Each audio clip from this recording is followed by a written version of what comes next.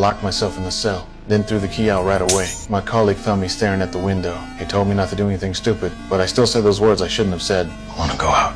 But no one who said those words ever survived. Turns out, humans in the future world live 1,500 meters underground. There's a special rule here. Anyone who says the words, "go out," gets forced to the surface. Everyone who went to the surface before died from the toxins in the outside world. But I said those forbidden words without hesitation because of my wife's mysterious death 3 years ago. That day, my wife shouted in the cafeteria, "The outside world is actually full of birds and flowers." The ruins everyone sees on the screen were images deliberately altered by the leaders. The purpose was to imprison people here, but seeing no one reacted at all, she shouted those forbidden words. I want to go out! So, as the sheriff, I had to personally send her to the surface world. The bunker residents watched through live broadcast as Allie went outside. She wiped the bunker's camera with wool. She excitedly thought the outside world was livable, but she collapsed after just 2 steps. People's hopes were crushed once again. However, only I knew my wife told me before leaving. If the outside world was livable, she would turn back to wipe the camera. So her death must have another reason.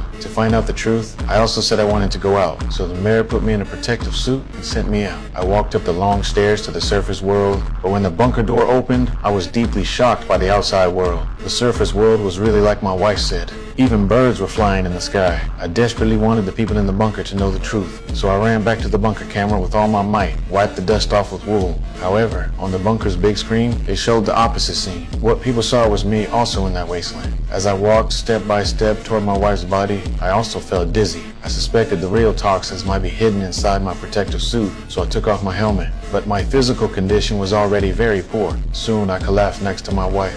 The hope of surviving outside was crushed once again, and only one woman realized my taking off the helmet before dying must have had a reason.